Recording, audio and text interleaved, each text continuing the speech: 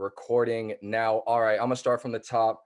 Let's go. Let's go. We got China tuning in, Belgium tuning in, Mississippi, Mexico, England, Greece, Montreal, London. We got a second Montreal. We got another Paris, Slovakia, Melbourne, Australia, Canada, Seattle, Washington. I got to get out to the Pacific Northwest. Philippines, Canada, Turkey. It is going to be recorded, Amir. Guyana, North Carolina, Portugal, Houston, Cabo, Dallas, Texas in the building.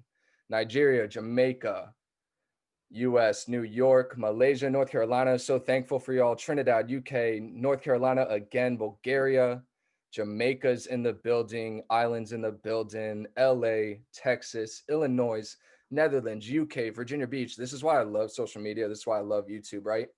The recording, I'm going to edit it up tonight if it even needs edited, and I'll drop it on YouTube tomorrow. Texas.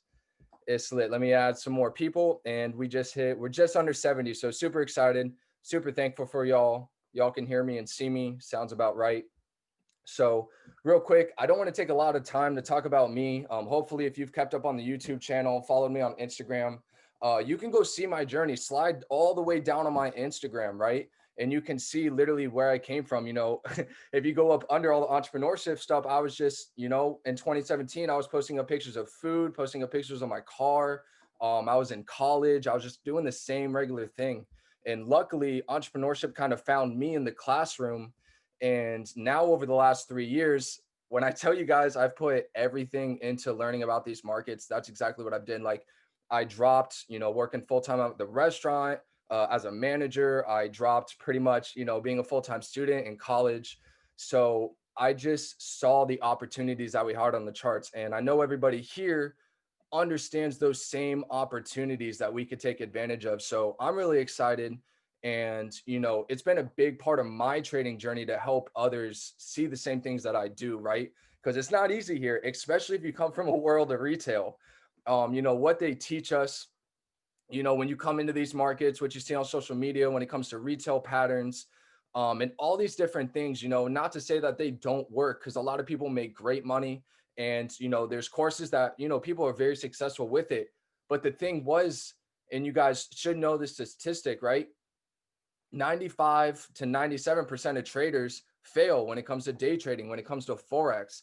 And it's because what they teach us is the retail side, right? The big people put out the information that they work against us, right? So the cool thing here, and especially this is why I've shared a lot on YouTube over the past year, and especially I went in this summer, is because when you're able to take yourself out of that retail world and start seeing the markets in these different kind of viewpoints, it gives you a whole new perspective, right? Especially when it comes to risk to reward and just really properly entering yourself in the markets. The funny thing is my first couple years, or my first, you know, 2, 3 years, I didn't know why I would lose sometimes.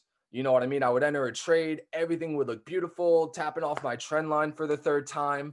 You know what I mean? We had a beautiful area of support, but then it would just stop me out. And it's like, why? And then when I found smart money and understanding institutional order flow, that's when everything started getting to put together for me, right? I got to see, oh, I got stopped out because I was entering here early. And this is where the banks wanted to take out the majority of people. And we're going to go more into that. But again, that's where I come from. Super grateful for you guys. And let's get into it. All of your questions, you can hold them up till the end. I definitely want to do a full Q&A. But really these next 20 minutes, I would love to just dive into some charts, give you guys just like the market review that I posted up last week on YouTube. I want to do a live one for you guys here. If you do have a question while I'm doing it, you can ask it in there. But for most other questions, you guys can kind of, we can ask at the end and whatnot. So I think one of the main questions that I actually get before we even go into any charts, right? And actually, we're going to do Forex Factory first. So as you guys can see, not a whole lot going on. If you don't know the types of analysis when it comes to trading, technicals is only one side. This is only one type of analysis. And honestly, this is even the second biggest one. The first one is emotional analysis, guys, your psychological analysis. That's what you need to get on deck. That's why personal development and reading books. And even though there's not a lot of books on smart money concepts, there's still great trading discipline books. Mark Douglas, if you haven't heard his name before, write that down. Trading in the Zone. It's got some great books that you guys need to look into. And you can even find free PDFs online as well. So Mark Douglas is somebody that I've studied a lot when it comes to trading books. I read Naked Forex, early on, but again, you have your emotional analysis. This is technical analysis, and then you have fundamental analysis. Now, fundamental analysis doesn't get talked a lot when it comes to Forex. When people are trading stocks and other markets, they're really big on fundamentals. But when it comes to Forex, a lot of people love the technicals. And, really there's only one thing that I look at when it comes to that fundamental side, and it's Forex Factory. Makes it super easy. It's something that everybody can log into and, just really make it to how you're going to want to see it. Right now, I have these yellow folders filtered out. I'll go ahead and put them in, just show you guys. So when you come on the Forex Factory at the top, it's going to give you a brief overview of your pairs. As you look on, it's going to give you what kind of news is coming out for at what time, for what currency. If it's a yellow, that's low impact. If it's orange, it's a medium impact. And then this week, we have no red, we have no high impact news, but this is what you want to be looking for. Now, in my time of studying this, the yellows, it's honestly the same impact that we would see on regular technical analysis. So what I like to do is I like to filter out the yellows. It's extra noise. And at the end of the day, news is the excuse, right? News is the excuse to move the markets. They put this out here because who's to say Tuesday at 8:30 in the morning for the dollar when they release these GDP numbers, it's more than likely going to create that institutional candle, that order block, whatever you want to call it. So they purposely put this news out to, fake people that don't understand the institutional side of things. All right. So news is the excuse. And that's the biggest thing that I can say when it comes to fundamentals. So as you can see this week, Tuesday, we got a little GDP number. Wednesday, we got another GDP number for CAD. But other than that, we run into the holidays. So, for Forex Factory, for fundamentals, this is what we got going on this week. Not a whole lot, but you do always want to peep this because this is the thing that you don't want to do. You want to not look at fundamentals and then be trading, and then they drop some news event and it spikes up or spikes down and you have no idea why. At least if you're peeping the fundamentals, you're going to know, hey, at 8:30 on Tuesday, I probably need, if I'm in good profits on a USD pair, maybe I need to go ahead and minimize my risk. Maybe at 8:30 Tuesday morning is when you could be looking for that bigger move that maybe you've been waiting for Monday and, Sunday or Monday and Tuesday during London. So always keep that in mind.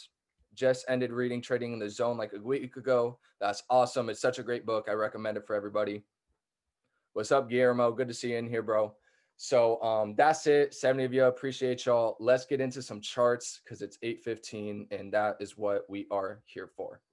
So second biggest question that I get, Colton, what pairs do you trade? Now, if you guys peep over to the right, and especially if you've seen it in some of the other webinars, you guys can see exactly what I look at. You guys know that my main pair is GBP USD.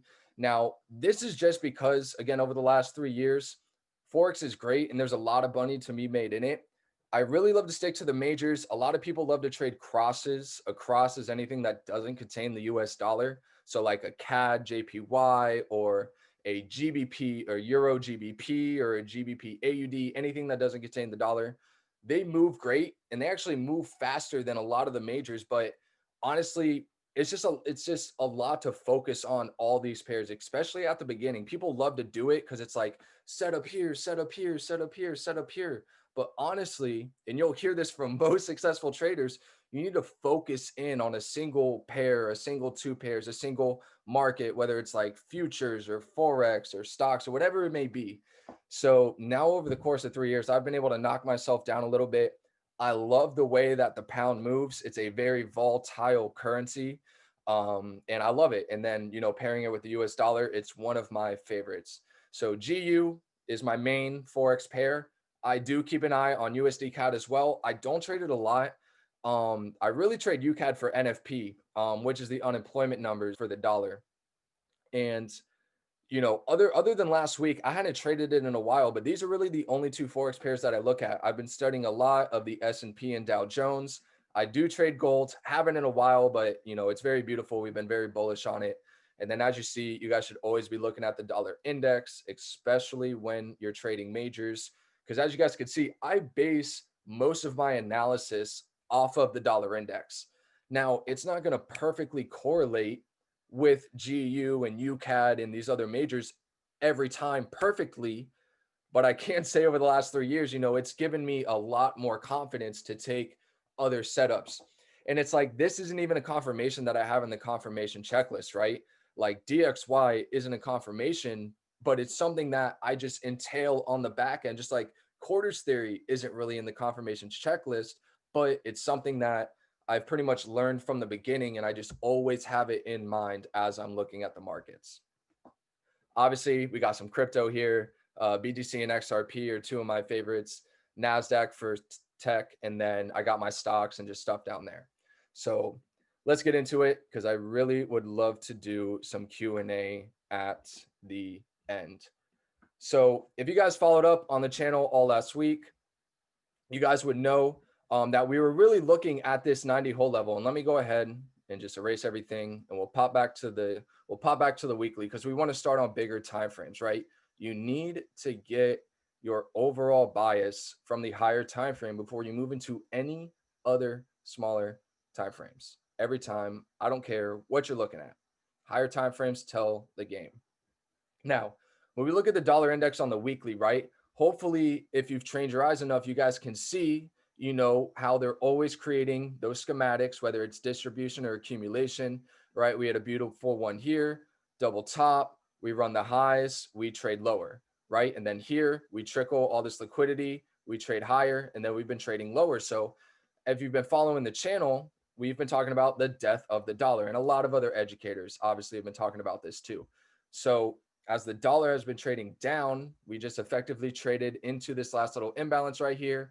And then as I look at all of this price action in here, and I'll pull up inside of here, this is all just technically weeks long of consolidation, right? So there really isn't any, institutional candles or imbalances hanging up in here. So overall, I could just mark this up as a money trend line. And what we want to go ahead and do is look left to get right. If we've already traded into, let me pull up my little thing here. If we've already traded into that last down candle before the up move, and we really don't have anything else to look at here on the weekly, I would want to go ahead and scroll back a little bit more and see what we got going on back here. Now, I'm going to go ahead and just mark off this last low little area so you guys know what to look at. Now, again, this is all the way back in 2014, but I promise you, right? And I mean, we could pretty much promise this because, we've learned this from people that have been studying the markets from this long. You guys can see that this entire bullish price action here of about 3 to 4 months, right? What catches your eye when you're looking at this bullish action? There's only 3 different weeks of bearish candles, right? These 2 weeks and then this week. What did we just trade into? We've already traded into this down candle. So this is what really catches my eye. If we're looking at anything below where the market's already had, look, wicks. But what happens when we get below this candle? We have our 3 things. We have an imbalance, right? We have liquidity buildup, right? And then technically, these 2 weeks are the institutional sell-off. So that's exactly what you want to be looking for. So what we can do is say, hey, these are the prices that we want to start looking at. Maybe the 50% of this imbalance. Maybe we go down to the open of this weekly candle. And again, what I'm doing here on the weekly, this is the same exact thing that I do on every single time frame. The market is fractal. So this same bullish to bearish to bullish is going to happen on every time frame. But, overall, just pointing out some prices that we could go ahead and look towards as we move into the new year.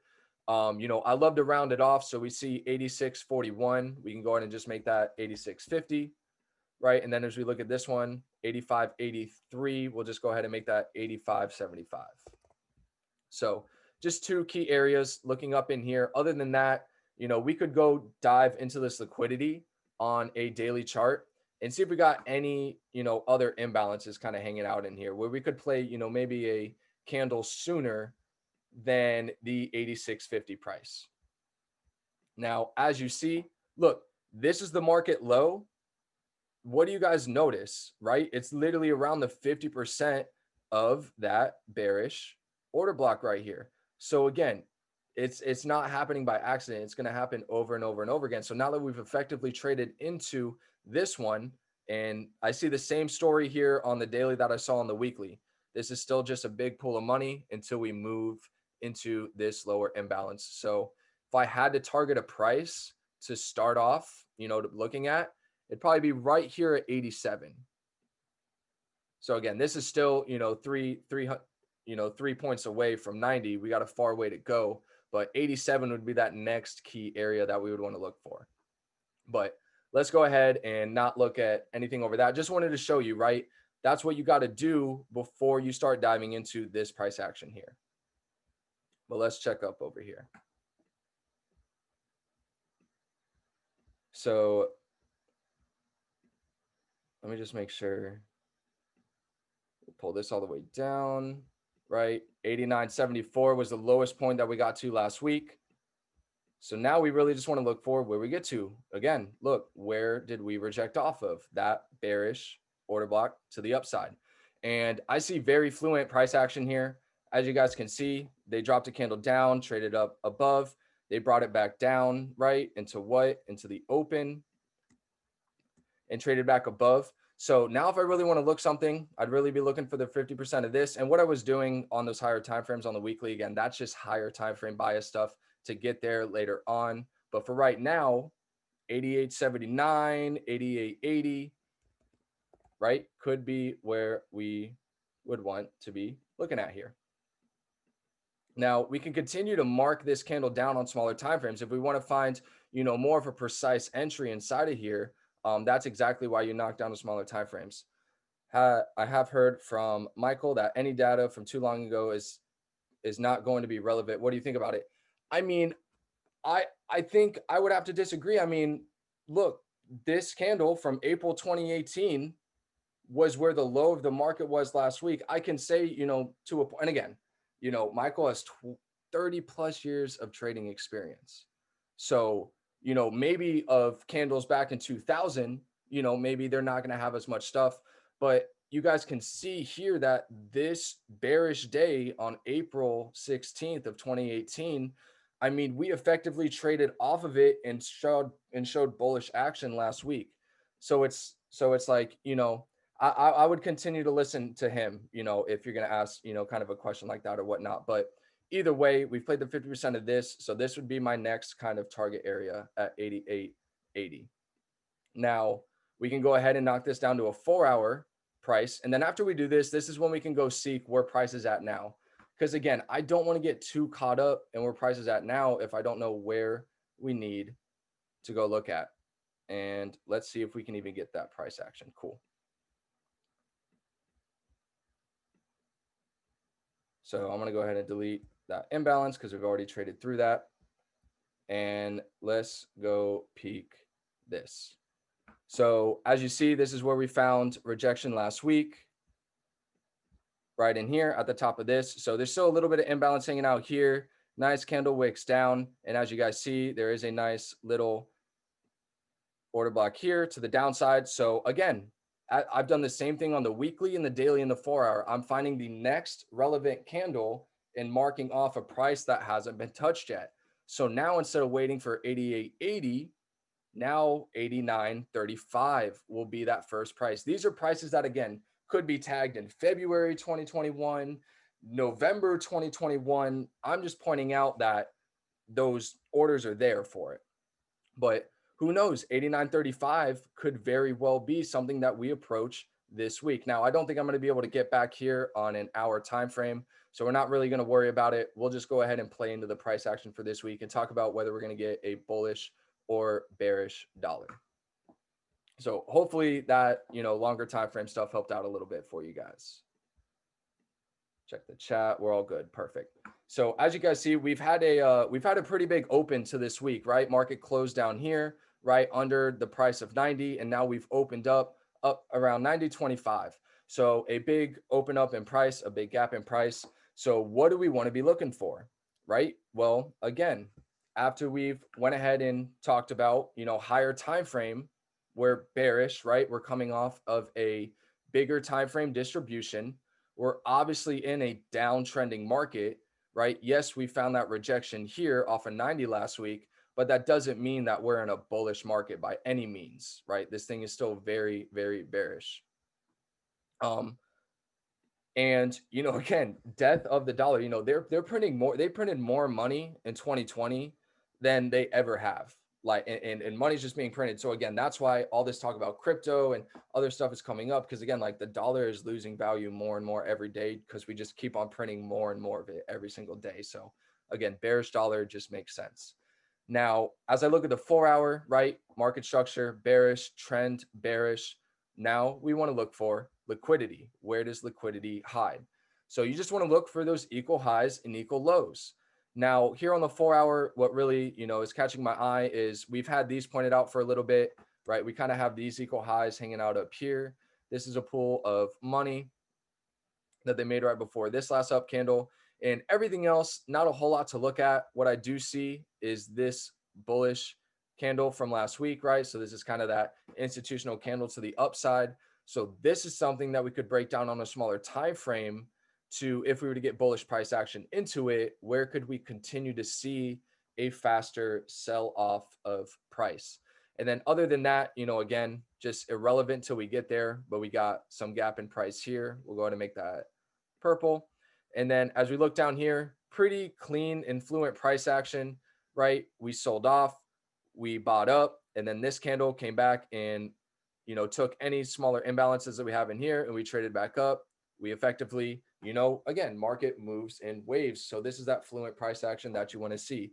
Obviously, with the market gapping, we got a little bit to work with here. Now, as we go down to the hour, this is where you can really, especially on the dollar index, we're not really taking trades here. But again, this is where you're going to be able to just really put everything together. Delete this. Cool. So I'm going to go ahead and take that 4-hour candle and we'll go ahead and make it an hour candle, right? What do we know to do with these candles? Mark off the open. Now, it has a small body, so that 50% is going to kind of be the same as the open. So not really worried about it. As you see, 90, 40, maybe that 50% on a smaller time frame, right? Maybe right here at 90, 50. So we would want to be targeting these prices as a bullish area, right? To look into, right? What did this wick do? It pulled all of these sellers and cleared all of this trend line of liquidity out the markets, right? We effectively pretty much traded into, right, the 50% of this bullish order block. So again, just training your eye. Bullish candle, sell off. What do they come mitigate? That bullish candle, sell off. Now, what do they want to go do? They want to come mitigate that bullish candle to continue to sell off. Now, does that mean that we're going to go up here right away? No, we obviously opened up very bullish. So what could we see happen? So what I see, right, we got this down candle, but we can see that we effectively came back and traded back into it. Then we traded higher and then we traded lower. So right now the dollar's open for grabs, right? We could come fill obviously a lot of this gap in price. That market opened up, and this is why you should not touch the markets on Sunday, especially when it comes to Forex. If I do trade on Sundays, it normally goes down to the S&P because they do have some moves, but we'll get into that into a later video. But overall, if you guys are going to take something away from the dollar index, you should wait to see either a bullish run up here to see if we could get some sell off, or wait for this to go ahead and sell off so you can go ahead and have a low risk, bullish setup. And this is all you want to do. You want to wait for something like this, or you want to wait for something like this. And if you don't get it, don't force anything. Let the market come to you. And this is exactly how patient traders look at the markets. So I'll ask this question. 2 people just asked about a course and whatnot. Again, for the people that aren't aware, I've been part of a trading platform, the IM Academy, for the last 3 years. And that's where all of the courses were. And I've already told you guys in other videos, right? If you're really looking for a smart money course, you can reach out to me and I'll send you over to them. I just personally am not doing the affiliate stuff at the time. if you don't see why, and that's just I'm just taking time off from it, guys. There's a lot that goes into mentorship, right? And I've been doing it for a long time, and I would love to do these calls even just a couple times a week and continue to give the stuff on YouTube for now. So again, for courses, that's all going to be later talk. But take these prices away when it goes from the dollar index, right? We want to be waiting for that whole level price of 90 to maybe get traded back into for a buy position, or 90.50, right? Whole level, half level. This is what we want to look for the dollar index. How did you frame that first long position based on the gap? Yeah, so, again, we would wait until this comes and trades into this last down candle and then just see how price action is looking, right? We want to see evidence of a reaccumulation. We don't want to take any trades if we just continue to be bearish. We want to see them build up liquidity and then drop a candle in here at the correct time and then see that bullish momentum and wait for them to come back and test, so then we could take the market higher. But overall for the dollar, because we have been very bearish on it, we're going to continue to be bearish on it.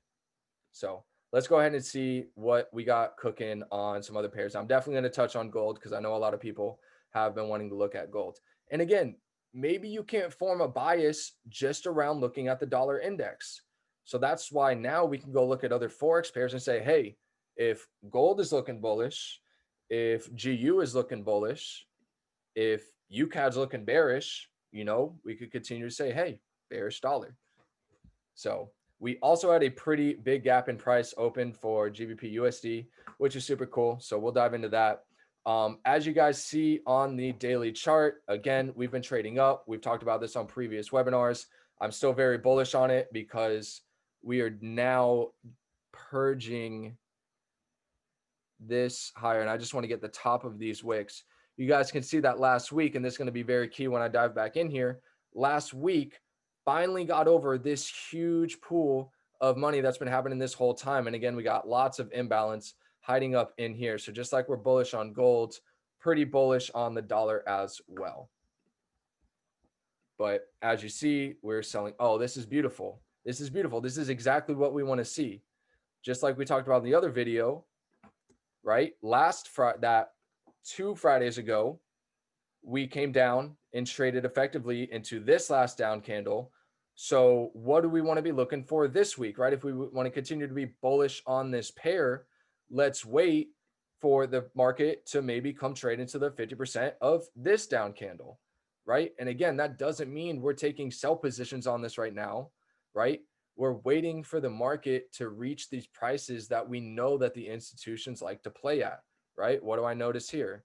32.50, right? Waiting for a price like that. And as you go into smaller time frames, you're going to continue to get more confirmations as to why this is going to make sense.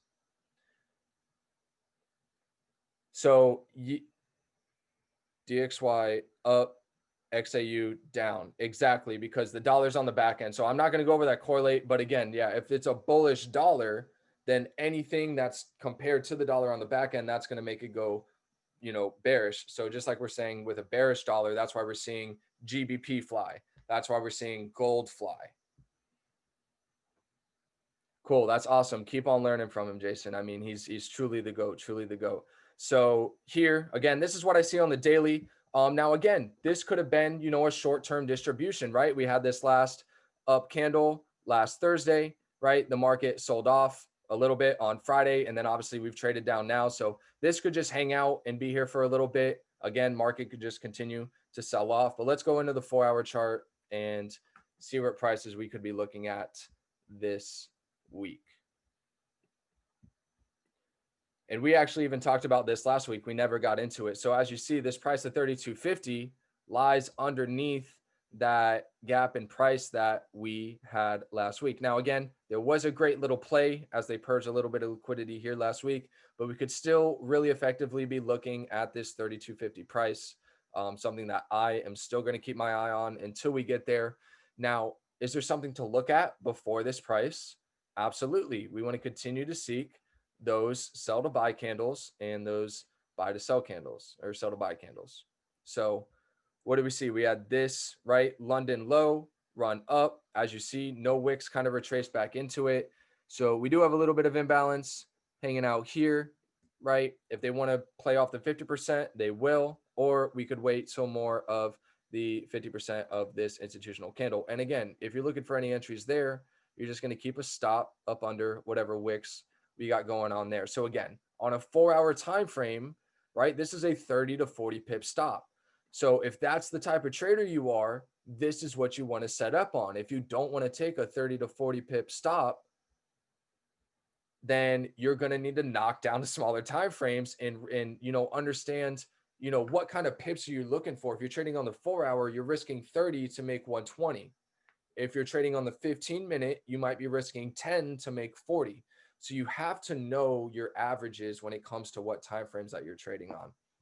But does it make sense, everybody? Go ahead and drop a 111 in the chat for me if this imbalance in sell to buy candle makes sense and why this is the only one that I'd be looking at. Because as you guys can see, wicks have already effectively traded into any other imbalances of price as the market moved up, right? So this is all my eye is looking at. I'm looking at this price of, maybe 33.25, right? With a stop at 3,300. And if we were to trade below that, I would want to be looking at 32.50. Cool. So I got some ones in the chat. It's lit. It's lit. Now, other than that, like you see, Friday kind of start out here. We're currently playing here. So again, let the market sell off a little bit. There's no telling why the dollar can't have a little bullish momentum to start the week, which is going to pull this market down, could continue up just like we did last week. Consolidate, sell off, pull liquidity, run higher.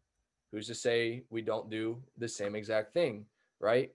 Sunday, Monday, hang out for a little bit, create that pool of money above our area, watch them trade below it, right? Watch them trade above, and then we take whatever tests are going on that market.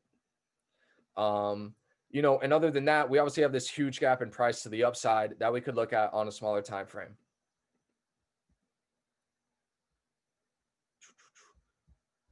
So as we go inspect what we got going on here on the hour, right? This is the current low. So as we look left of these lows, right? Nothing that catches my eyes here, all wicks. We have this imbalance that we can now make a little bit more precise on an hour time frame.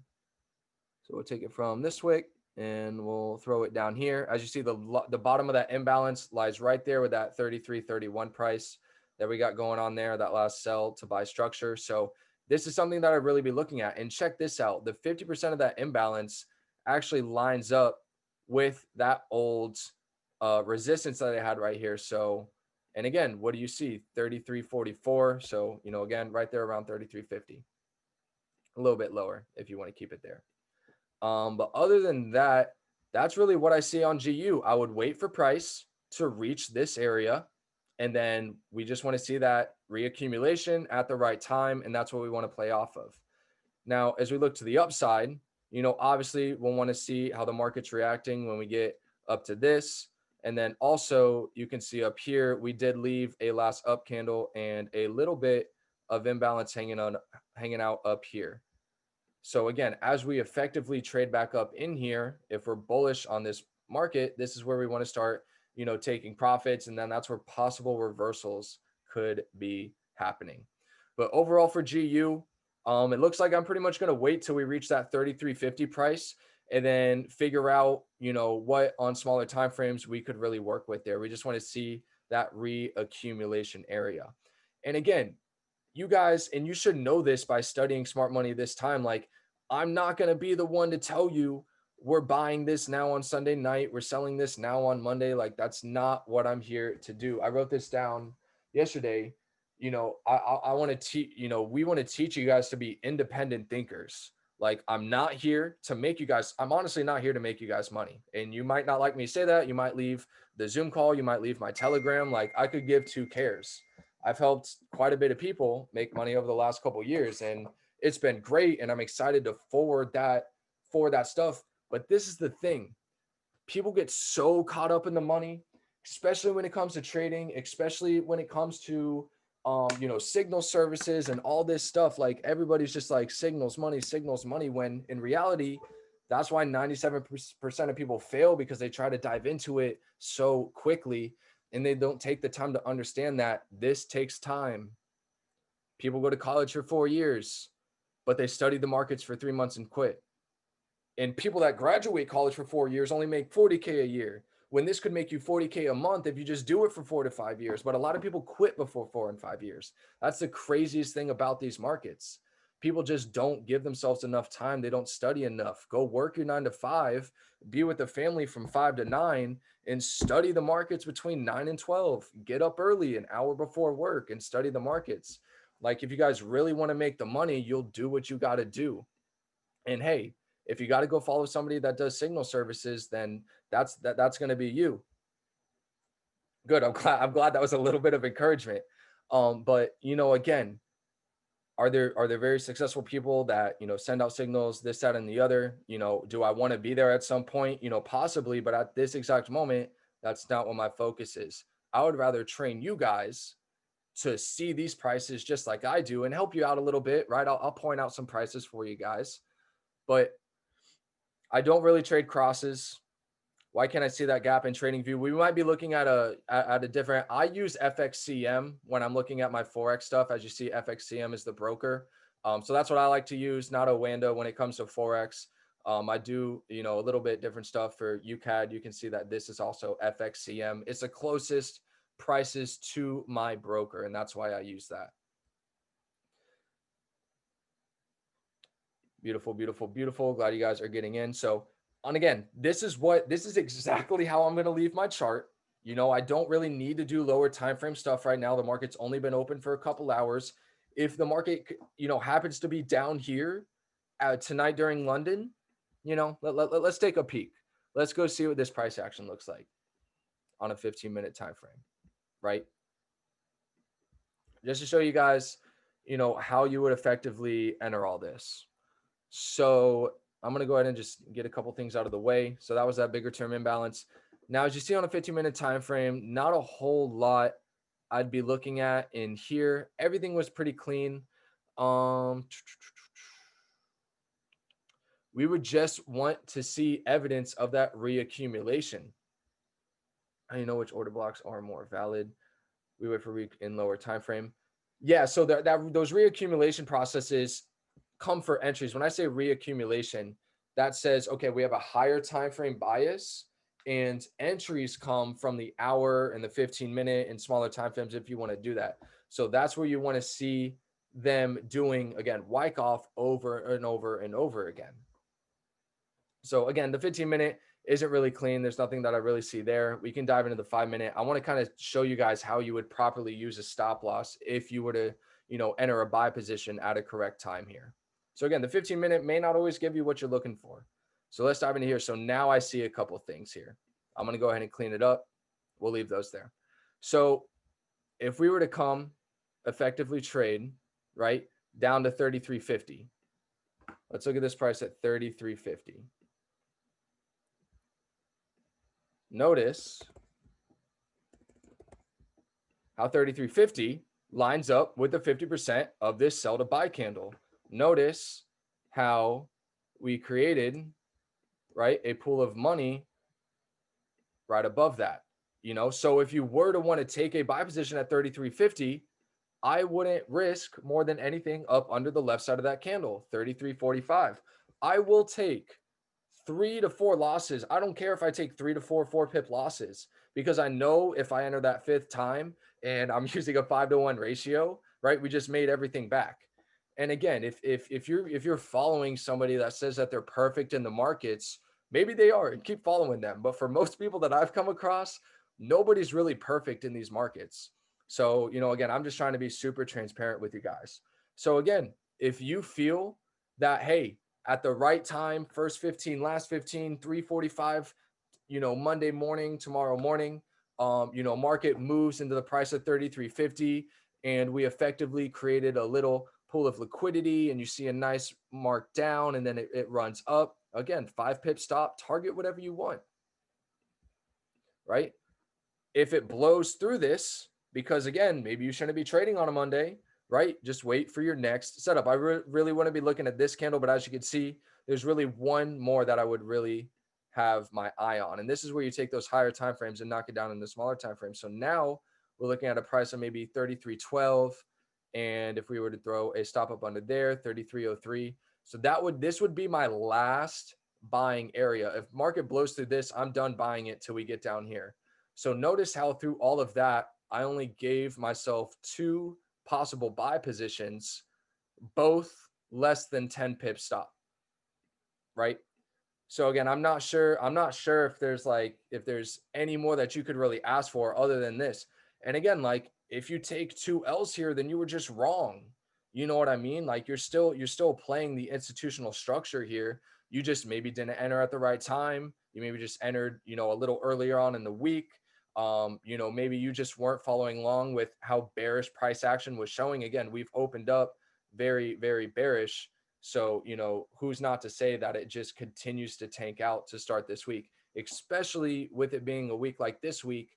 We really have no idea what's going to go on, but I am going to be interested in 33.50. If we're there around London and if I happen to be up, I'll take a peek at it. If not, I'm really going to wait for Tuesday to roll around. But that's really what I'm looking at for GBP USD. Again, maybe some short-term bearishness, but overall with that bearish dollar, I want to continue to see this move to the bullish side. Now, hopefully we could see some similar stuff on gold. Now, we've been very bullish on gold.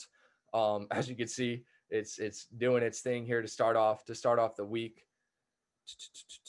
Yeah, we're gonna get to questions. Hold off on the question for maybe like 7 to 10 minutes. We're going to go a little bit over an hour on this, but I will give you guys time to ask some questions. Remember it, if you need to write it down, write it down.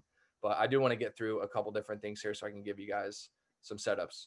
So I won't do a lot of higher time frame stuff so we can go into stuff this week. But you see what, if we continue to be bullish, right? What are we trading into, right? We're pretty much making equal highs here. And then we have a huge area of imbalance to deal with. So this is where we're going to want to go knock this down on a smaller time frame. Now, as you look to the downside, right, there's going to be multiple areas here. Again, on the daily, I'm not going to point them out. Let's go check out what it looks like on a smaller time frame. Again, this is still just super valid over here. Not going to worry about it. As we look to the downside, because again, the market's bullish. If you can't get an entry in here, then you just got to let it go. There's always going to be other pairs to look at, other entries to look at. But if we do see some bearishness, where could we possibly see that reversal? Well, we have a little imbalance in here on the 4-hour, that also tags along with this bearish candle. So that's interesting, right? And then obviously when we get down here, we got some more imbalance working in here with this down candle. So again, I've pointed out two places to the downside that I'd go ahead and be looking at if we effectively traded into it. Again, if price keeps running up for gold, either you're going to be able to position yourself in a reaccumulation, or you just got to wait for these lower prices. So what did we just do? We just purged a little bit of liquidity here. As we look left, right, we have this down candle. But overall, there's a lot of liquidity hiding under this down candle. So that's not something that I would really be confident in taking a buy off of right here, 1880. Not something maybe on a smaller time frame if you see it, but I would want them to maybe purge through this and come make their way down into this bullish candle. See how this bullish candle here, and then we got that bearish order block there. So that's what I would be looking at for gold. Again, if we do get some short-term bearishness, maybe there's something hiding in here on a smaller time frame. But with the market being as bullish as it is right now, I don't really see it getting back down there anytime soon. I'm not interested in selling it. So overall, that's really what I see on gold. I would just wait for those prices to be touched. And again, right now may not be the best time to look at something like gold, but that's why you have your other options, So I'm a peep. UCAD was super clean last week. I'm just going to touch on this super quickly. Again, continue to see some bullish dollar this week. You guys have seen these prices. This is what I'm looking at. I'm not looking at anything else other than 2850, 2900, and these imbalances here. But we already talked on UCAD. So I would continue to want to see some bullishness here. Again, things are kind of seeming like we're going to maybe get some bullish dollar to start the week. So that's what I kind of want to keep in mind. If I were to try to position myself, maybe looking for a buy opportunity as we dive back into this down candle, right? Where do you want to effectively use a stop? Somewhere up under the wicks, 27.95, 27.75. That's a 25 pip stop to potentially run up to 2,900, right? We're talking 6-to-1 ratios. So this would be something I'd be looking at for UCAD if we can get some bullish pullback. Maybe we continue to see a little bit going on this week. And we do have that GDP number coming out Wednesday as well. So we'll see what's up with that, even though it's pretty far away. Cool. So let's go ahead. Guys, go ahead and ask some questions. If you guys got some questions, you go ahead and drop it in the chat. And definitely, if we want to go over some indices, I will go over some indices as in the S&P and Dow Jones. And let's just go ahead and ask away. What is the point of the news if we analyze the market with Wyckoff? Can news help? So what is the point of the news? Again, the news is the excuse. Overall news is the excuse. You just need to know that at this exact time, this is when that excuse could be coming. But you also could just say, hey, Colton, you posted that best times to trade. I just know that news is going to happen between that first 15 and last 15. But other than knowing that a certain economic number is getting dropped at that exact time, I really don't let it influence my technical analysis a lot. I just got to know in the back of my mind that, hey, Tuesday morning at 8:30, if I'm not careful, for some people, right, they'll be trading. They don't have a stop loss. And employment numbers coming out, they have no idea about it. And then out of nowhere, the market just drops off rapidly and it blows their account.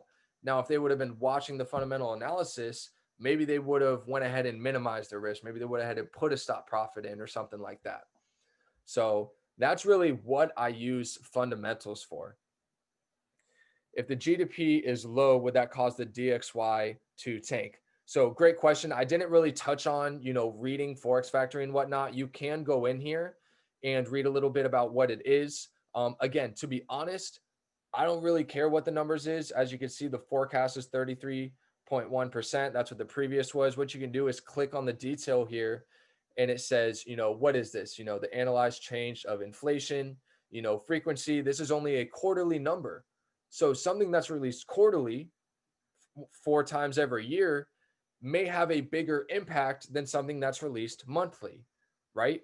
If a number is coming out 12 times a year versus 4 times a year, this number might have a little bit more influence on it. And then, why traders care. It's a broad measure of the economic data and everything. Now, again, I can't predict whether this is going to be bullish or bearish. And we aren't going to know what this percentage number is until after that time comes. So that's why I'm saying, like, fundamentals is almost like indicators. Like, it lags a little bit. Like, just know that it's there, but it's never like, okay, positive GDP, and, positive dollar, whatever it may be. You kind of got to see as it comes in at that exact time.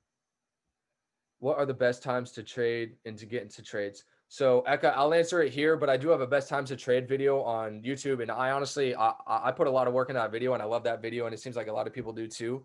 But you want to focus on your core London and core New York times. So if we're talking London, we're going to talk 2 to 5 a.m. Eastern, 2 to 5 a.m. That's a broad 3-hour range, right? 2 a.m. is when London opens.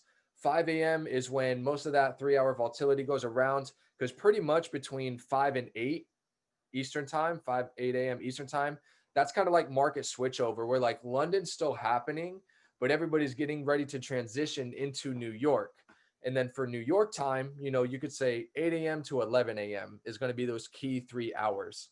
And then you've heard me say a couple times, first 15, last 15, something that I go by because of the hour charts. I either like to enter in the last 15 minutes of an hour or the first 15 minutes of the hour.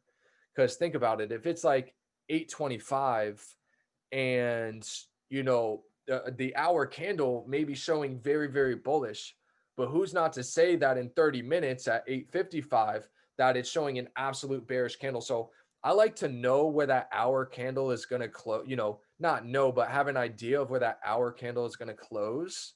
So I can just, again, properly position myself with a proper risk to reward there. So those are the times that I really love to trade. Again, you can make money in Asian session. There's a lot of different, ways that you can trade Asian session. But me personally, I really love focusing in on London and New York. How would you incorporate the fib, helping you to lock into a better entry to try for yourself after you've determined if you're looking for buy sells? Beautiful question. I didn't go over fibs at all. I'll give you a quick example here. So check this out.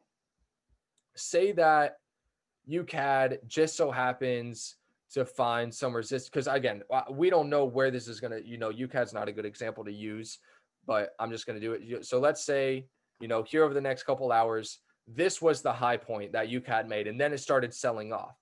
So it made a high point here and started selling off. Well, if we're already looking for buy positions down here and it made a high here, what we would want to do, and you're probably not going to get this in just one take if this is your first time looking at Fibonacci, but what you want to do is take it from market low to market high, okay? And the Fibonacci is pretty much a discount tool. Anything above the 50%, right? If you had the option to get something 40% off or 70% off, what are you going to take? You're going to take the 70% off. So a lot of the time, this is not a good area to buy in the pullback. You want to wait for a deeper pullback, a deeper retracement. Now, again, I made up this high, but as you can see, these entries are going to lie in between these deeper retracements. So what I like to look for is any deeper retracements to maybe the 61 or the 70%. So I'll give you guys an example of how, we would have done this last week, but that's kind of how I would use it for this exact setup. But this is how we would have used it last week. And I'll go down into a smaller time frame quick to answer this. And, to be honest, I don't do a lot of Fibonacci work. You can go over to, ICT's channel. He, obviously has it's called OTE, optimal trade entry. And he does a lot of, Fibonacci work when it comes to that. But it's basically just waiting for those deeper retracements in the market. So like, here's one here. All right. So we made this low, market ran up above the high. So what you can do is take your fib low, fib high. And as you see in here, the market, right, came down and tapped perfectly that 70.5, right? It was under the 50%. So again, when using fib, you could just take it from run low to run high or run high to run low. And you want to wait for those deeper discounted prices. And I do have to make a new video on Fibonacci stuff, so I will get to that. Hopefully that helped out, Eva. What is your take on how the market might react to stimulus checks? So again, I think they actually just passed. Now they're still going to talk about it for a little bit, but I just read something today that they did pass a new 900 billion, and they've been in talks all weekend about it. So think about it. How is the market going to react to stimulus checks? How has it already reacted, right? They dropped stimulus checks in March. What have we seen happen to the dollar? It is tanked off, right? They're printing money. They're printing this. They don't have, the US doesn't have $900 million. They're printing $900 million and sending it out to us. So what does that do? It decreases the value of the dollar. So what does that mean? Dollar index going down. As they're printing more money, what are people doing? They're investing their money into things like index funds. They're investing into, 401ks and stuff like that. And that's why we've seen, I'm totally lost here, but that's why we've seen, bullishness come out of the markets since March. So with a new stimulus package, I want to continue to see bullish indexes, right? And that's exactly what they're showing, right? What is all this? Well, you don't want to be selling this. No chance do you want to be selling this now. Do I think the high is coming in a near time for these indexes? I do, and I'm excited for it. I'm excited for another pullback. But again, March pullback, they give everybody stimulus checks, market goes up, right? Go look at the DXY, right? Go back to March, look what happened, right? Pre-corona, corona scare, they dropped stimulus, death of the dollar. So that's what I would really have to say for the stimulus. I would just continue to see the market the way it's going. Dollar continue to be bearish. Indexes have continued to be bullish throughout this. So as they continue to print more money, that's really what I see. And still, until things start calming down a little bit and people start going back to their normal routines, that's when I think we could start seeing, some pullbacks into the indexes and everything. What do you think about supply and demand trading? So supply and demand has so many different meanings. Um, I personally just don't use those terms. Supply and demand could basically be liquidity. You know what I mean? Supply and demand could be support and resistance. So my liquidity areas are other people's resistance areas, are other people's demand areas. And again, when it comes to those terms, I just really don't use them a whole lot, because they didn't really work for me those first 2 years, and I just really don't throw them around too much. I think it's kind of like nonsense, to be honest. Sometimes the reaccumulation will be fast, making only one manipulation. How to be ready? How do you be ready for it? Sometimes the reaccumulation will be fast, making only one. So perfect. So the answer I would say to this is just let it go, right? If you miss it, if it's too fast, then cool. I'm glad that you saw it. You should thank yourself. You should pat yourself on the back that you saw the reaccumulation. If it takes off without you, perfect. Wait for the next opportunity. That's all you can do. You're not always going to be looking at the charts at the exact right time. Um, that move might be happening. So you just got to be okay with missing moves and understanding that there's always going to be another setup for you. But yeah, I agree. It does happen quickly sometimes, and if you miss it, you miss it. Just look at another pair or wait for that pair to get back into an area that you were looking for. Why don't you trade cross pairs? It's just a personal preference. Again, when I was trading cross pairs like Euro GBP and stuff, again, like they still follow smart money stuff, but it's just not really to my liking anymore. I just didn't I maybe I wasn't consistent with it or whatnot. And again, I'm not to say that other people aren't. There's money to be made in all markets, but like look at this on the daily, right? This has so much less movement, just very ugly to me. I actually still have markups on it. um Look at this. Like, I don't want to be playing in this. Just like the Swiss franc. The Swiss franc moves so slow that never in my life would I want to wait days for this market to go 30 pips, right? GBP gives me my pips. Indexes give me my pips. Gold gives me my points, right? For this stuff, it's whatever. But again, look, perfect institutional structure. That's all you can ask for. And as a beginner, and let me say this, as a beginner, sometimes it's good to look at all these pairs just so you can study, right? Liquidity, run high, sell off, take the low, right? What do we still have hanging out up here? We still have a high institutional candle up here, right? What happened down here? We could wait for this market to pull back. And I used to use this to confluence myself with the pound, but again, I just personally have knocked myself down to limited things that I look at, because again, you can get caught up in a lot of stuff, especially when you're learning a lot of different things. You really want to just focus in on a couple different pairs. And again, there's traders that focus on a lot of different pairs and they do really well with it. I personally just am not one of those people. How do you know that candles will return from imbalance or an order block? How do you know that candles will return? So it's all about the algorithm, right? An imbalance is just a quick movement of price. So what they got to do is they can't buy up forever, they can't sell down forever. They have to make it so that the markets are even. Sometimes they got to let the retailers win sometimes, right? So the reason they make these imbalances and these order blocks is so that they could come back and grab them later. They leave money down there, which is some retail money and some institutional money, and they got to come back to pull it. Now again, we don't know when that time will be.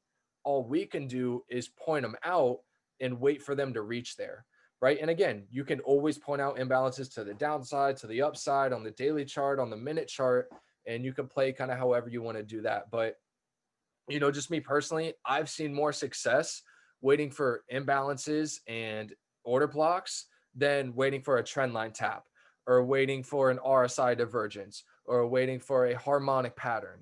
You know what I mean? So, again, you guys are awesome. You guys are asking amazing questions. And also, again, like, that, pat yourself on the back because you guys are already past that retail point. You know what I mean? You aren't looking for these other indicators and moving averages and them being behind. You're waiting for price to reach an exact point and then you get to make a decision on it.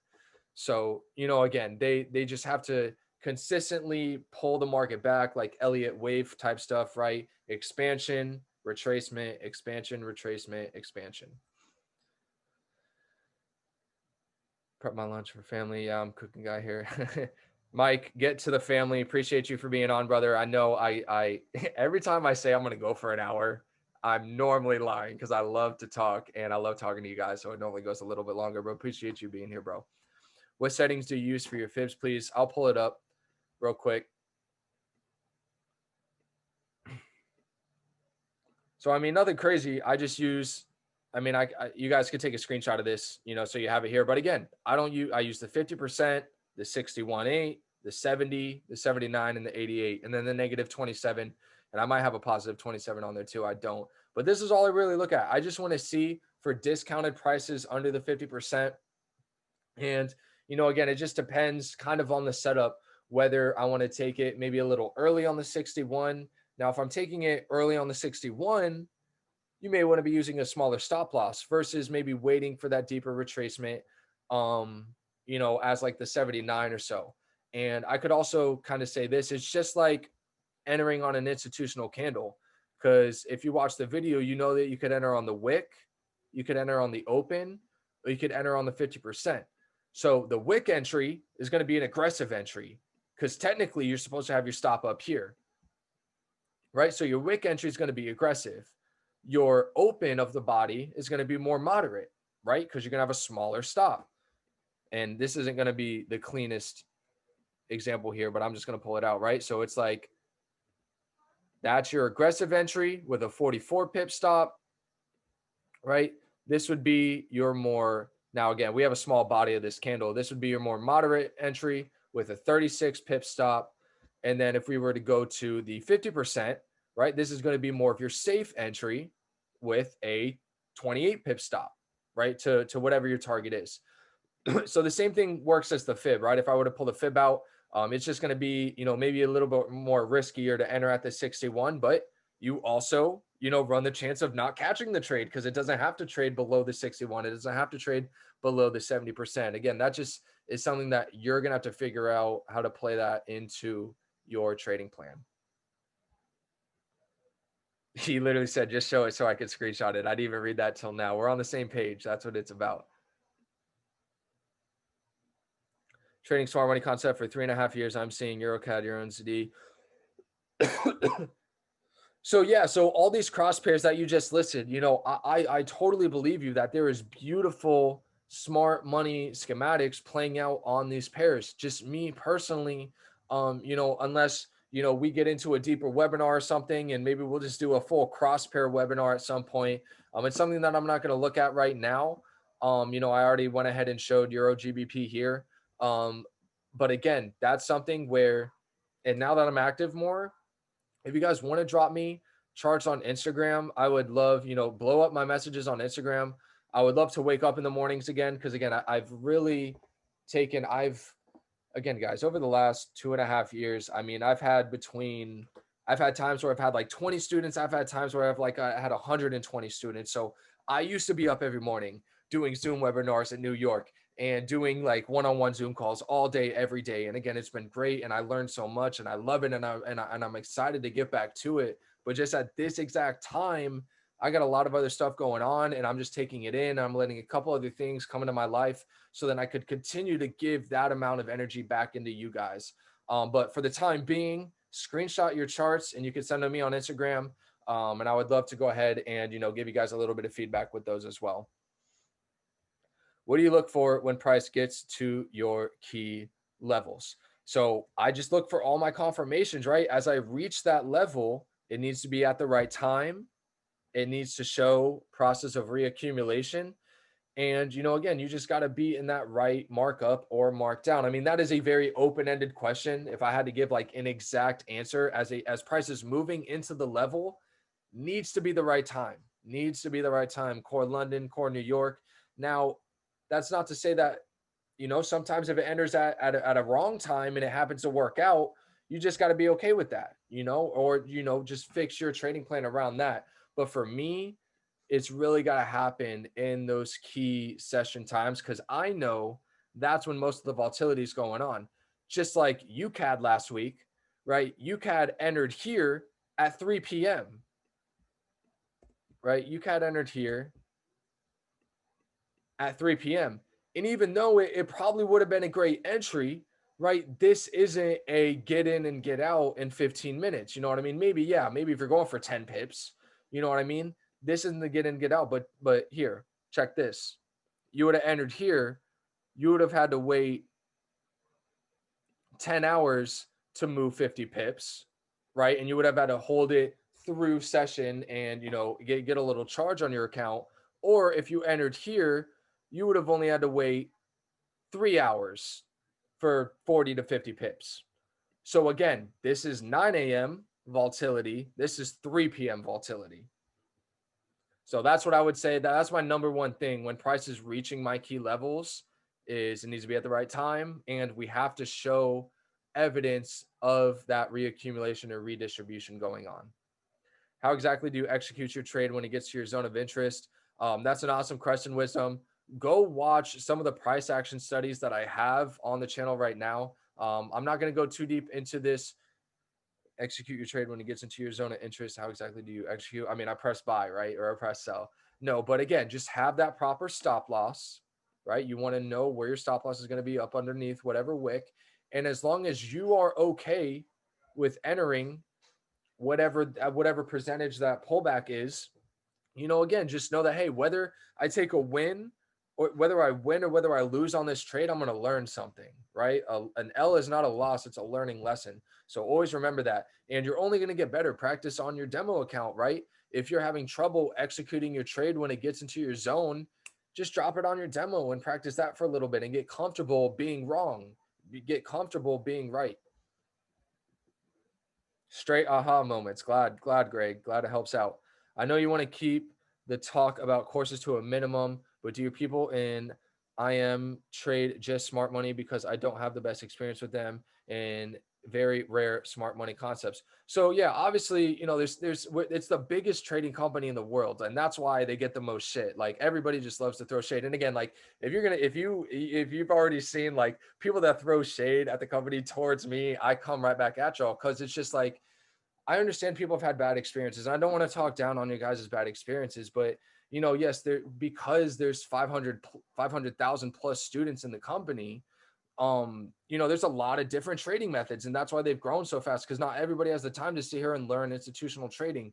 But when it comes to the trade house educators that I posted about last Sunday, the video, those are the guys that teach smart money to a T, and they have all the courses and all the stuff for it. And that's where I learned, pretty much all of it. And I'm gonna just make sure I'm answering your question here. Very rare. So again, you do got to get plugged in with the right people. It sucks for those people that, had a bad experience and, maybe got plugged into like some, retail signals or this, that, and the other. But this is the thing. People quit too early. Imagine if I quit, right? I went a year and a half in IM or IML, right? I joined when it was IML like 1.0. And, people go, I went a year and a half, almost 2 years of not knowing smart money concepts, but I stuck around until I found it. You know what I mean? There was a lot of other people that I had, I had on my, squad going up to that quit before we even got to the smart money stuff. You know what I mean? Either now they're not trading at all, or they're trading retail or whatever it may be. So sometimes you just got to stick it out, stick around, whatever it may be. What do you think about setting pending orders? I personally don't like pending orders. Again, this is just something that I lost enough my first 2-3 years in pending orders, where I personally just don't like it. I will send alerts for myself, but personally, if I'm not looking at the chart, You know, I don't want to be entering the market. I would much rather market execute. Now, again, that's not saying that if you were to put a pending buy limit here with a stop loss down here, that you may not hit 6 out of 10 times, 8 out of 10 times. It's just something that I'm personally not going to teach just because I personally didn't see a whole lot of success with pending orders. Plus, pending orders, also thinking about it, right? All these people got pending orders here.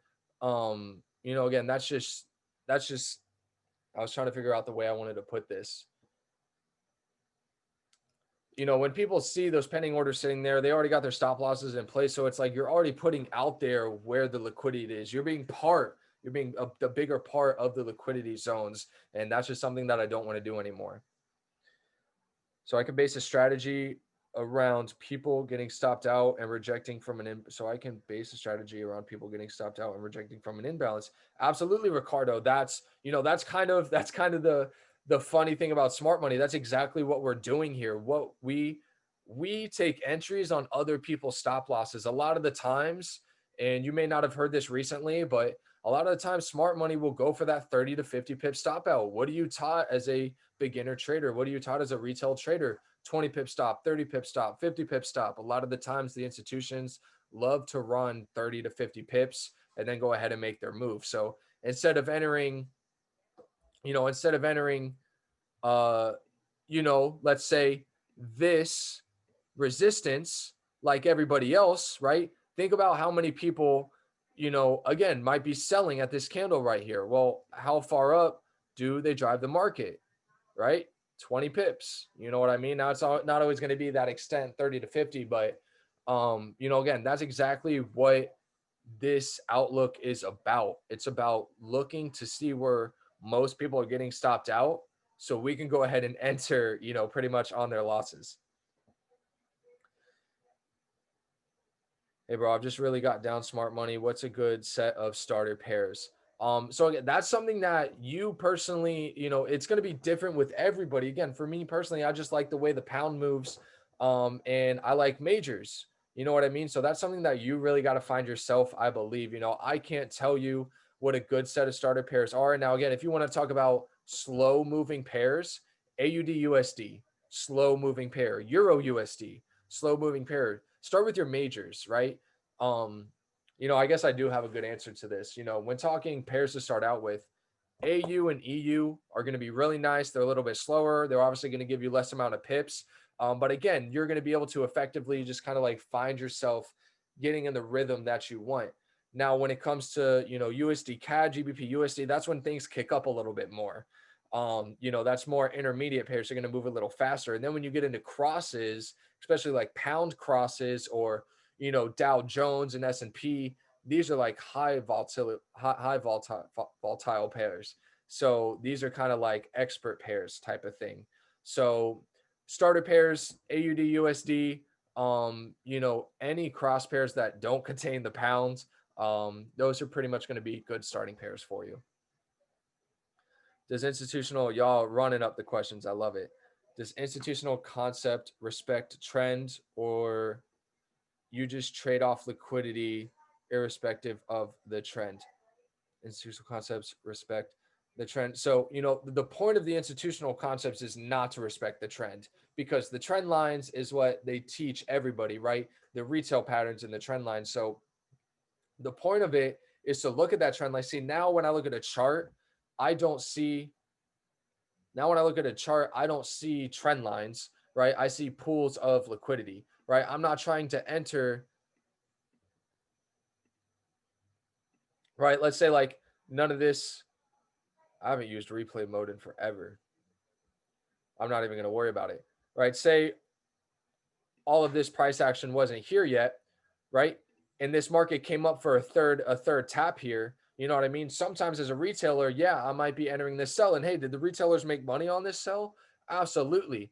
But now I've kind of point this out as a pool of money until we get to a later price to be able to effectively trade it. But you know, again, on smaller outlooks, you can see that, you know, again, it was even a flatter pool of money. You know, this is kind of more taps than 301. And I probably don't even use trend lines like I should anymore. You know, when it comes to looking at it as a retail sense, because you guys can see, right, they kind of swung up and then drove the market down. But, you know, answer the question, the point of institution is to not respect the trend. They want to blow through the trend, right? They want to blow through this little trend line and stop everyone and then make the move. What do you feel like? What do you feel like what the game changer for training your eyes for the imbalance 50% areas of your sell to buy to sell candles? I got the psychology and working on the breaking for the trained eye to know what candle to actually enable my smart money psychology off of.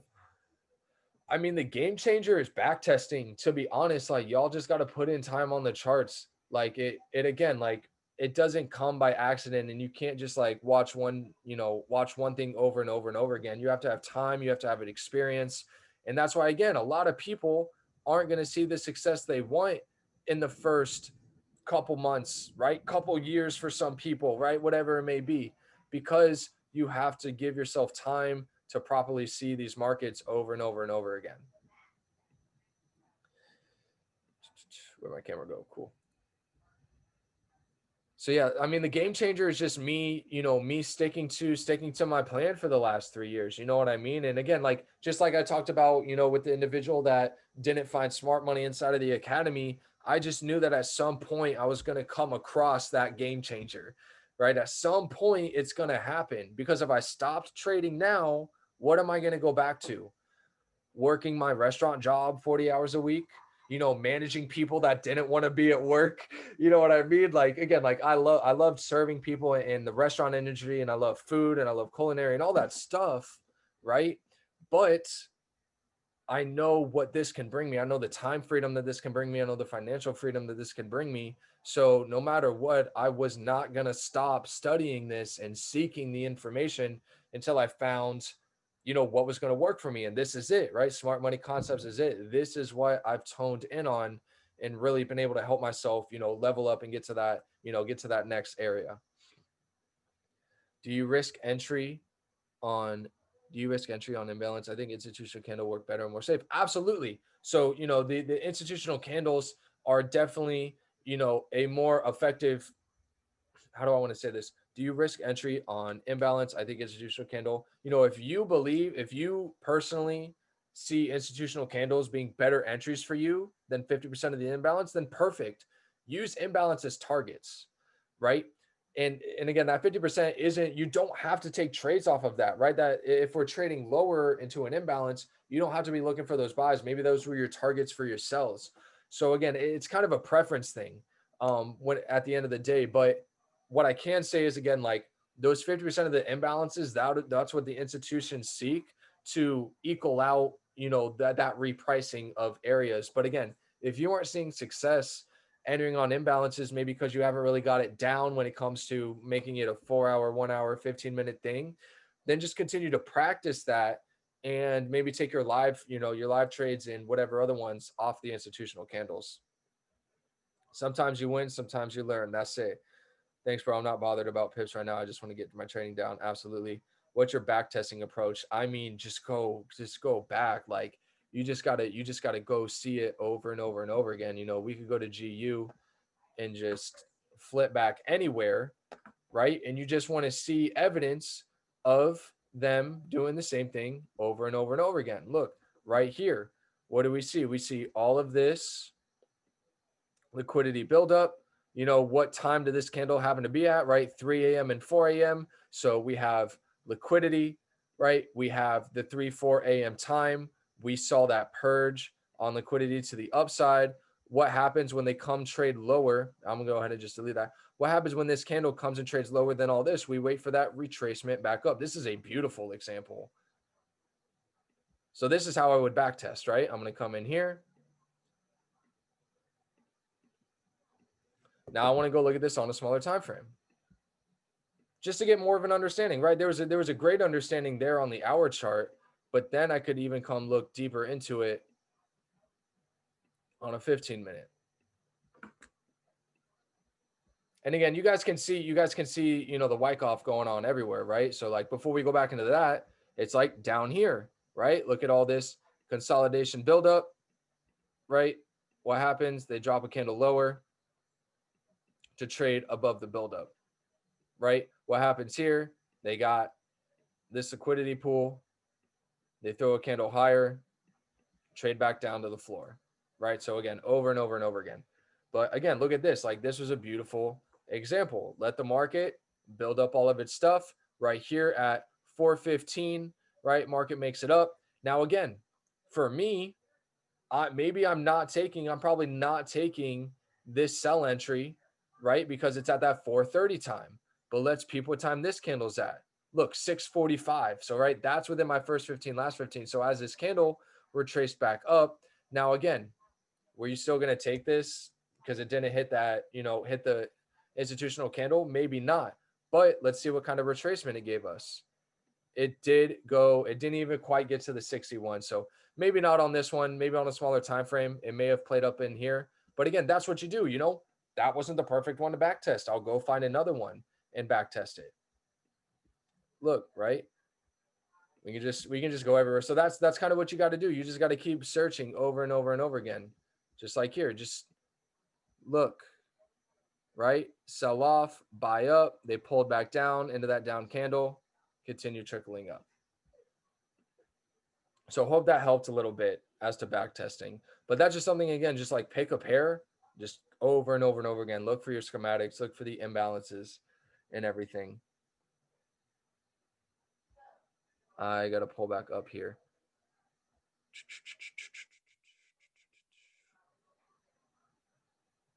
One last question. Do you reckon markets won't catch on to what we're doing? That's an awesome question, right?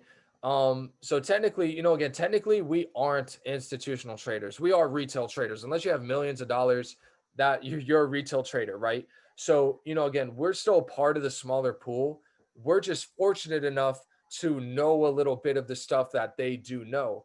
And I mean, again, up to this point, and even since, these concepts have been being taught, the same things have still been happening. So, again, we're going to continue to play along with them because there's more than enough people coming into the markets, not knowing smart money and just, dropping their money into the markets and getting stopped out retail side. The retail world is just always going to be so much larger than the small percentage of people that win that, again, they're not really going to catch on to what they don't really care about us. You know what I mean? They're going to continue to have their, multi-million-dollar accounts trading and whatnot. Apologize if you're not. I do talk a little fast, Eric. Sorry if you're having issues with your voice. Hopefully everybody else has been able to hear me pretty well throughout the webinar and whatnot. How do you feel about the FTMO challenge? It's a great thing. Me personally, I haven't done it. I know a lot of people that go ahead and search that for funding and whatnot. I think it's a great thing to go ahead and, journal yourself and see how it is. Me personally, I just kind of like going off of, my money and how I make it and, kind of pulling things out of there. But, to be honest, I don't know a lot about it. I mean, I've searched it up a little bit and talked to some people about it. If you're in the position to do it, go ahead. But, for me personally, I just went ahead and had enough side hustles, over the last couple of years to go ahead and fund my passion, when it comes to trading. But, I think FTMO is working great for a lot of people at the moment. How do you feel about marking out imbalances on the way with the daily versus the 4 hour, 1 hour? How do you feel about marking out imbalances on with the day versus the 4? So, again, for me personally, like I'm gonna look at them all, right? I want to start on the daily and see where that bigger imbalance is. Now, if we've effectively already traded into maybe the 50% of it, or maybe cleared quite a bit of that imbalance, I would want to go down to the 4 hour. And again, it's all about entries when it comes to this, right? If you're looking to hold for a couple weeks, enter on the daily imbalance.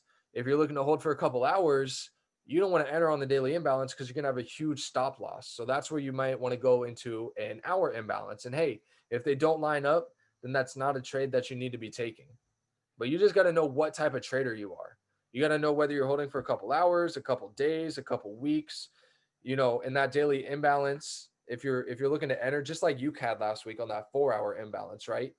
I wasn't looking to have a stop up under there, but on smaller time frames, we've had more confluences around that 50% that gave me, more confidence to be able to get into that position. If there is a order block in a push phase, which one do you enter from when it's retracing? There's an order block and an inefficiency in a push phase. Which one do you enter from when retracing? Well, that's kind of like how I showed the example earlier, I think with GBP USD. How it would look for two different entries. Technically they're gonna have these different order. Like, see, like right now, I'm not entering at 33.50. It's 9:32. It's 9:32 p.m. I could give two cares about price moving in here. Now, again, could it come down and trade off 33.50 and come run up for 100 pips and trade right back up here? Absolutely. But I'm willing to just not take this trade because it's just not in the right time for me. So which one do you? So again, we pointed out too, maybe 33.50 isn't the one. Maybe 33, maybe around 33.12, it will be touched during London. You know what I mean? So that's how I would do for the order blocks going down. You just want to make sure that if you are going to enter on that exact order block, that it lines up with your exact confirmations. And again, for this one, I ain't even going to worry about it. You know what I mean? It's not at the right time for me. And a lot of the times what I find is that when if it's entering, right, if it's entering that price at a time that's not within that key London, key New York, then it's just not an order block I want to worry about. You know what I mean? Maybe that order block was already tested effectively at another time or whatnot. So, again, these markets run on the algorithms right now. There's not a whole lot of, I say there's not a lot of volatility, but she's been dropping her pants. But it's just not a time that I know that I'm going to effectively be able to catch the most amount of pips in the shortest amount of time per se. And again, like, as you guys can see, there's no need to say that it won't trade back up here at 3,400. You know what I mean? We got a quarter level price right here, 32.50. But, again, I'm not going to worry about it. This isn't the time that I like to trade.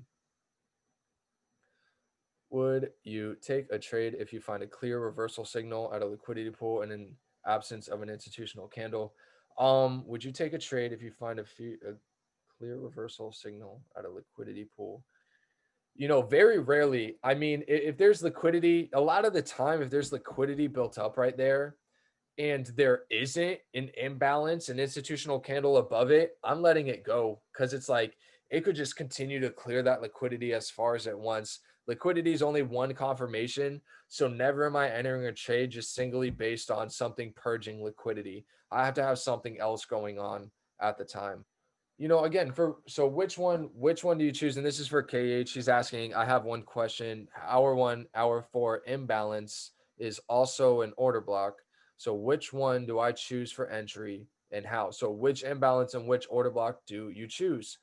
Again, I mean, I may be repeating myself here. And again, like I said on my channel, there's more in-depth studies. You could go study Michael, ICT, whatever it may be, for these things. But for me personally, right, I just point out the order blocks. And if they're effectively trading in the right times, again, like if it's not in that first 15, last 15 in the key London, key New York, it just doesn't work out for me most of the time.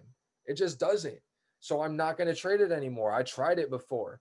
So I'm really just so tuned in to my key times of entering the market. And again, that takes it from just this big area of entering opportunities to just a small refined area.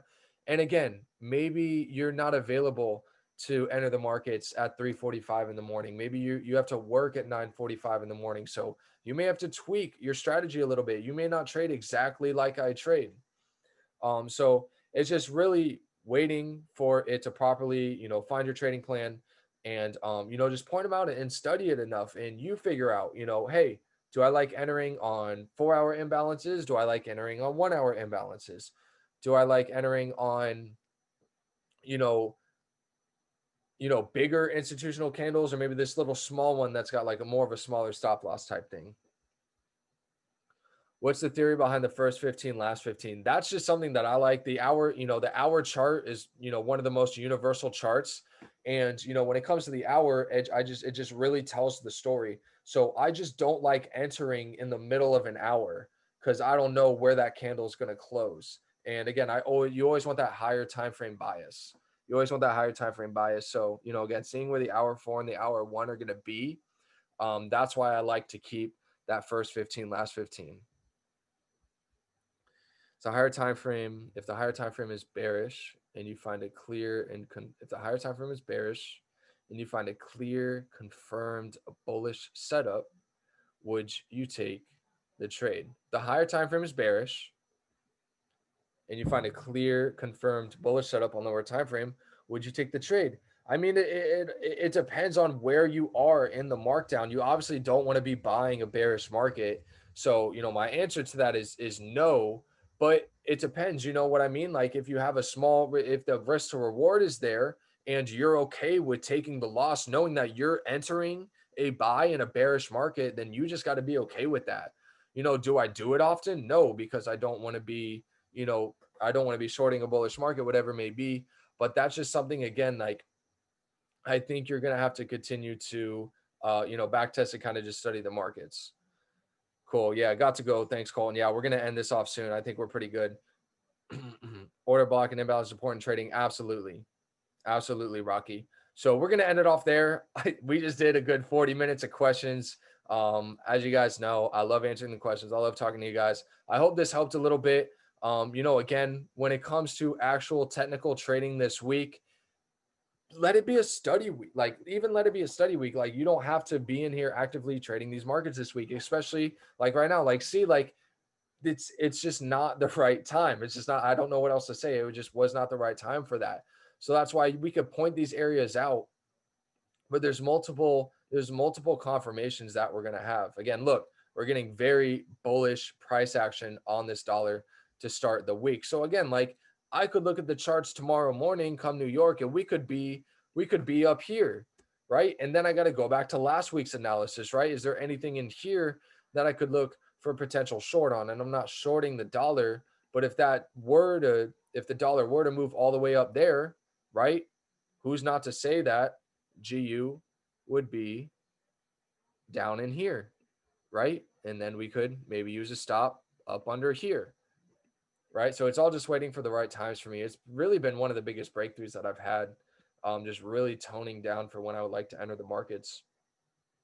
Cool. I kind of lost where I was at, but yeah, I think that's pretty much it. I was just kind of going over those times for everything, but I definitely appreciate you guys. This has been recording. So what I'm going to do is I'm going to go ahead and edit it up a little bit. And I'll post it up on YouTube tomorrow. One, so anybody that wasn't here, you guys can still go into some of the markups that we did to start off the call. And two, if you want to re-listen to some of the questions that I answered, you know, hopefully I was able to give some value over the last 40 minutes answering the questions. Go ahead and drop a 222 for me if you got a little bit, or, you know, thank you, whatever it may be. I appreciate you guys. You guys tuned in from everywhere tonight. And I know it's even, you know, super early or super late for some people, no matter where you're tuning in from. So I appreciate you guys for being here. Hopefully, you know, we don't continue to blow through these order blocks before, you know, we really get into the key times of London and New York. But, you know, if they continue to do, we're just going to let it do its thing. Sheesh, up at 28.50 now. So again, look, you know, successfully trading through liquidity, trading through imbalance. Now, again, is there a nice order block over here? No. So is an entry right now a good time? No. I'd really wait to see, hey, if London, maybe we're back up at 2,900. Hey, if London, maybe we're back down near this 28 level, a little bit deeper. That's what I want to look for. But again, like nobody's really, you know, predicting that the markets are going to start the week off like this. And again, I mean, if you're in some group chat and they said buy UCAD off the open, then, you know, awesome for them. But, you know, based on how I trade, I'm just going to let this do its thing. So appreciate you guys. Thank you for being here. I'll go ahead and get this recording up tomorrow on YouTube. Stay tuned. I'm going to make a quarters theory video tomorrow. I've got my outlines here, so I want to go ahead and make that and look forward to that on hopefully Tuesday or Wednesday. Hopefully I can even maybe get a price action study in there too, but appreciate you guys for being here. Let's get it. Stay tuned into the Telegram chat for when I do another Zoom call. Hope this helped. Let's have a successful week. Have a happy holiday with the family. You know, again, focus on family this week. Focus on the holidays. Focus on what matters most. These markets are always going to be here, right? We got all next year. We got a lot of things coming, especially if you just, you know, been introduced to my channel or Smart Money, or you've even been doing it for a couple years, you know, these couple weeks is a time where you could really use this study and get yourself prepared going into next year for what's to come. So appreciate you guys. Let's get it. And we out.